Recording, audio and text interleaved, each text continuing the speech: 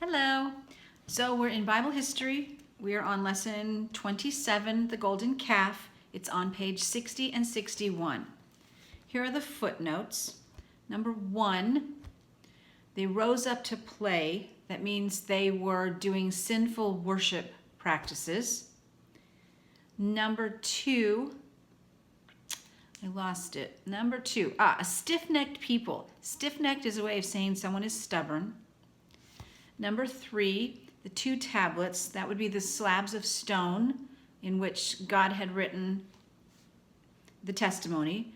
And then number 4 is, and I lost that one too. You probably found it already, and I'm still looking for it. Wherever it is, it means the 10 Commandments. It'd be lovely to be able to call on one of you to find this in the paragraphs, but I can't do that. But it's footnote number 4. When I come across it in the reading, I'll stop and mention it. All right, here we go, the golden calf. You should have your book open to page 60 and follow along with me. Here we go. It's out of Exodus 32 and 33. When the people saw that Moses delayed to come down from the mountain, the people gathered to Aaron and said, "Up, make us gods who shall go before us. As for this Moses, we do not know what has become of him."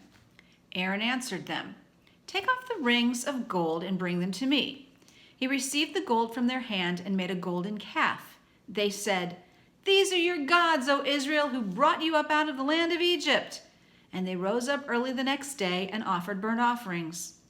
The people sat down to eat and drink and rose up to play. Then the Lord said to Moses, "Go down, for your people, whom you brought up out of the land of Egypt, have corrupted themselves. I have seen this people, and behold, it is a stiff-necked people." Moses went down from the mountain with the 2 tablets of the testimony in his hand. And there's footnote number 4, the 10 Commandments. The tablets were the work of God, the writing of God, engraved on the tablets. As soon as he came near the camp and saw the calf, Moses' anger burned hot, and he threw the tablets out of his hands and broke them at the foot of the mountain.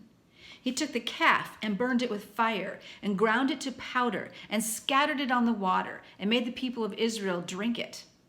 Then Moses stood in the gate of the camp and said, "Who is on the Lord's side? Come to me." All the sons of Levi gathered around him. The next day Moses said to the people, "You have sinned a great sin. I will go up to the Lord. Perhaps I can make atonement for your sin." Moses cut 2 tablets of stone like the first and went up on Mount Sinai. "If I have found favor in your sight, O Lord, please go in the midst of us, for it is a stiff-necked people, and pardon our sin." And God said, "I am making a covenant. Before all your people I will do marvels. The people shall see the work of the Lord." When Moses came down from Mount Sinai with the 2 tablets of testimony, he did not know that the skin of his face shone, because he had been talking with God. Remember, the people had forgotten already who brought them out of Egypt. They'd forgotten already how they were enslaved, how horrible their lives were, how they begged and pleaded for God to take them out. He takes them out of Egypt, and then they're hungry, they're thirsty, everything that they see is desert, and they want to go back. "At least we had food," they would grumble and complain. Well, now Moses goes up to the mountain to receive the word from God, and he's gone about 40 days, and the people start getting impatient. Where is this Moses? He's left us. And so they begin to grumble again, and they ask Aaron to do something for them. And so he makes them these fake gods made out of gold, and they start worshiping these gods, and they're doing all kinds of sinful things. And then, of course, God knows what's going on down there, and he sends Moses back, and the rest of the story takes place. So, one thing we can learn from this is that we don't want to take our eyes off of God. They took their eyes off of God, forgot about him, and got into serious trouble. So, keeping our eyes on God, keep your eyes upon Jesus, is always important. I want you to look at page 61 and answer question 2. What other gods do we sometimes worship? Why don't you go ahead and pause and think about that. So what other gods do we sometimes worship? Sometimes we worship the god of sports. the God of music, the God of shopping, the God of ourselves, the God of friendship. There are many things that we make God. We make something God when we put it ahead of Him. Are sports okay? Sure. Is shopping okay? Yeah. Are friends okay? Yes, of course. All of these things are acceptable as long as we don't put them ahead of our relationship with God. But of course, if you look at page 61, number 3 says, because of Jesus, why do we need not fear punishment over the commandments we have broken? Because we're going to break the commandments. We're sinful. But we don't need to fear because Jesus went to the cross for us and took our place and died and rose again. So we don't need to fear that. All right. What you're going to do is you're going to do page 74 in the softcover book.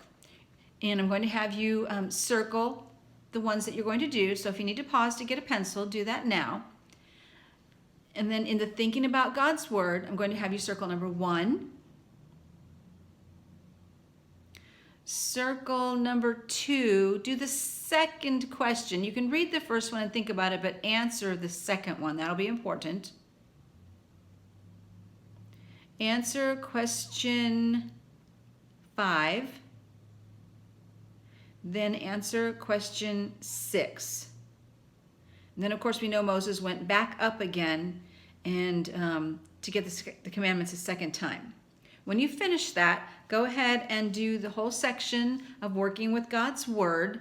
There are 5 answers to do, and then 5 more that you fill in the words with blanks. Fill in the blanks with the words. That was backwards. And then we kind of talked about number 1 in applying God's Word already. When our hands are idle, when our hands don't have anything to do, we sometimes find things to do that aren't pleasing to God. So keeping busy, there's nothing wrong with that. Nothing wrong with keeping busy. And then we've talked about number 2 already.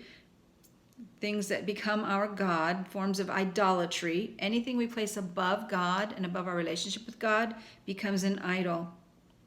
And then number 3, Moses pleads with God to forgive the people of their sins. Who pleads with God on our behalf?